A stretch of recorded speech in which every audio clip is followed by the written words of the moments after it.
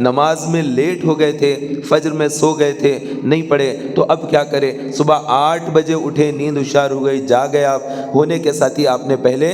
پاکی حاصل کی، وضو کیا، اور پھر 2 رکعت سنت پڑھنا ہے، پھر 2 رکعت فرض پڑھنا ہے۔ یہ فجر کی نماز چھوٹ جائے تو اس کے لیے حکم ہے کہ فجر کی 2 سنت بھی پڑھے اور 2 فرض بھی پڑھے۔ صبح 7، 8، 9 بجے کے ٹائم پہ، 10 بجے کے ٹائم پر آدمی اٹھنے کے بعد اب کیسی نماز پڑھے گا؟ اس طرح سے نماز پڑھے، نماز پڑھنے کے بعد پھر توبہ بھی کر لے کہ تاخیر کا گناہ ہے، اور یہ جو نماز پڑھے گا اس کو قضا کہیں گے، یہ ادا نہیں ہوئی، ادا وقت پر ہوتی ہے، وقت گزرنے کے بعد جو نماز پڑھ رہے ہیں وہ قضا ہوتی ہے، تو قضا کی نیت کرنے، ادا کی نیت نہ کرے۔ ہاں اگر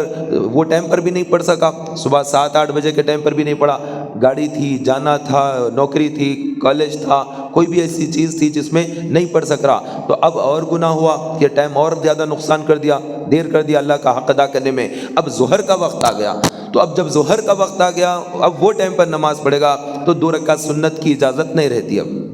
اب نہیں پڑھ سکتے، اس کا ثواب بھی نہیں ملے گا، اب وہ چیز رہ گئی، وہ نقصان رہ گیا، وہ بھی ایک ٹائم لیمٹ تھا، اتنی دیر میں ادا کرنے کا چانس تھا، 7، 8، 9، 10 بجے تک کا۔ اب ظہر کا ٹائم آ گیا، وہ ٹائم پر آپ فجر کی نماز اگر پڑھنا چاہ رہے ہیں تو صرف 2 رکعت فرض کی قضا ہوتی ہے، سنت کی قضا نہیں کر سکتے۔ تو یہ احکامات ہیں، یہ اس کا طریقہ ہے۔